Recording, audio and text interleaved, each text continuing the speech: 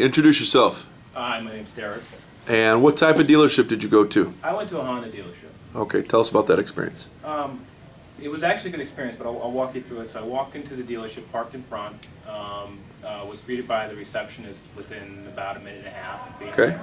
You know, I came in, started looking at one of the showroom floor model Civics, and she greeted me, and she called the salesman over immediately. He introduced himself, you know, in a really similar manner to what we talked about the other day, where he basically gave me his name, asked for mine. Didn't give me his business card immediately. That was something he did later on. You know, I basically gave him kind of the scenario that was on the homework. So basically, hey, I'm looking for a car, and he talked to my wife, and actually I told him that it was really going to be my wife's car, and I was going to let her make the final decision. We'd come back and take a look Right. after I found out some basic information. Exactly. And so I told him I was looking for a new Civic, or something used if the payment was going to be really good on the used car.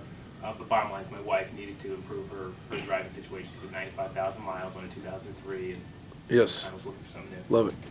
So we started looking at the 2012 Civic. I got an excellent product demonstration. He asked me if I wanted to go for a test drive. I told him no, it'd really be something I'd do with my wife when we came back. Now, before you went to the product presentation, did he do an interview?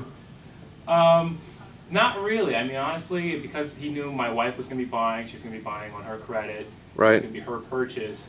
I think that dissuaded him from doing that, but really he could have asked some information about her or my financial situation, and really didn't. Right. You Or know? just some other basic information to ensure we're on the right vehicle, perhaps some backup choices.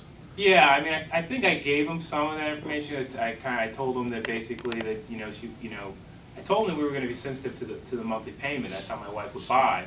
Right. And I'd say the one thing that's kind of disappointing about their sales process was the salesperson wouldn't give me about an idea of what if somebody with really good credit, because told me my wife's got really good credit, Right. about what can we get into one of these for on a monthly basis.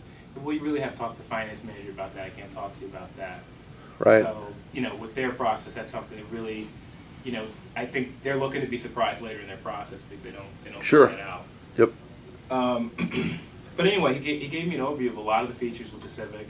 Basically talked about the variable valve timing, some of the new on-dashboard things they had for the iPod, stuff like that, and he explained that stuff wasn't available in 2011, so 2012 was probably something where with the base model I could get a lot of great features. I thought he had a really good overview of that, and he really emphasized their service department, which was open 7 days a week, free oil changes, no appointment necessary. I mean, he really pitched the service department really well, I thought. Okay. We probably spent about 10-12 minutes talking about the car, and the Right. manager came over, and he kind of seemed like he was checking in on the sales guy. I mean, he kind of made the turnover to the manager thing a little bit more abrupt than I would have seen as a customer. Sure.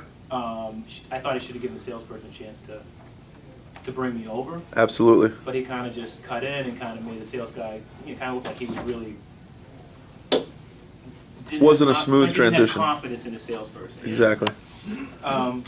But he was courteous. They were both really courteous, both really nice, and I actually thought they did overall a really good job. I mean, I would buy a car from these guys. Let's see what else I have in my notes here. Do you feel that you got all the information you needed to make an educated decision? Well, absolutely not, because clearly I'm coming in as a regular customer with my mindset on what's the monthly payment. And the wife, I'm walking out without that information, right? you presented the scenario to the salesperson about the monthly payment being sensitive. Yeah. So obviously you've had discussion with the wife, and she has brought that to the attention. So when you get home, she's probably going to ask the question, well, what's it going to cost per month? Right. And you don't have that information. So did the manager perhaps try to ask some closing questions, trial close?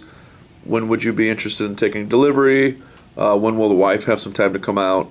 Yeah, they did ask. They asked that. I told them we could be back Saturday. Of course, I'll call and cancel that later and say we're busy or whatever, or we decide to delay the purchase or whatever. But he did ask what day we'd be back.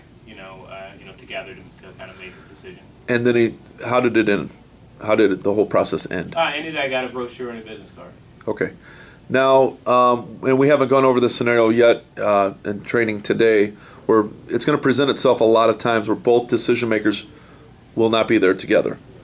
But obviously, the manager chose to stop the sales process at that point in time because you came in wanting some basic information that you did not leave with.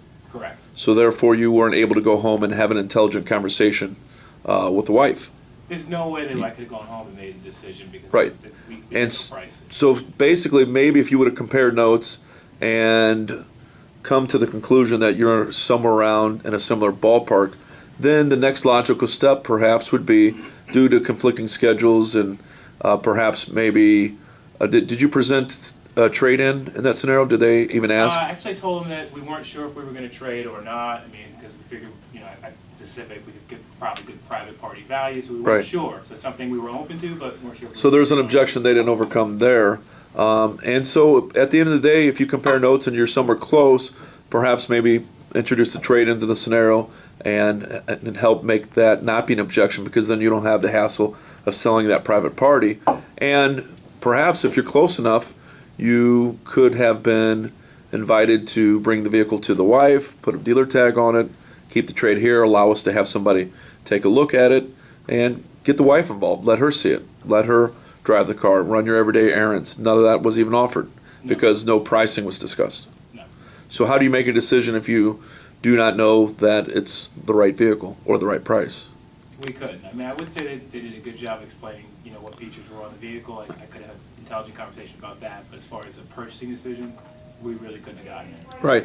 And your overall impression, was they're pleasant? You made the comment you'd probably buy from them, but yet they let you go without all the information you needed. Yeah, I mean, that would have to be a qualified, yes, I would buy from, because again, if the process of going through the financial information was horrific, then, obviously my opinion would end up being different. Right. Okay. Well, what would you have done different? I think one thing I think that like I said, I was turned off by the way the manager turnover happened. Yes. I think they should have tried to kind of get down to. They should have put me in front of the finance manager. If the guy couldn't do it himself, they should. Or at the very least, at least presented you with some numbers to see how you react. Absolutely. Yeah, I mean, Absolutely. and we'll go over later on in training. I mean, the finance manager's only introduced once you've made a final decision, but that's why the sales manager will, at some point in time, introduce some numbers and see how you react. Yeah, I mean, They're- I made that very clear. That was my that was Right. one of the primary things. I said my wife buys on monthly payments. It, upsets. I said, hey, look, it upsets me sometimes. Didn't look at the total price of anything. Right. So, I mean, you basically are going to go home and fail the objective, which was to have some numbers. Right. And so potentially that conversation at home may not go too well. Right. I mean, they really were rolling the dice that we would come back for a second visit. That's exactly what they were doing, rolling the dice. And in most cases, more often than not, what happens is they don't, unless you give them the information they need. Before you leave here today, let me give you the information you need to make an educated decision, so that way you can go home and have an intelligent conversation. They weren't able to say that to you because you didn't have all the information you needed. You do not know if you're making an educated decision, so therefore at home there is no intelligent conversation. Thus, what is the reason to come back? Because there's no emotions, as pleasant as they may have been. Okay? Round of applause.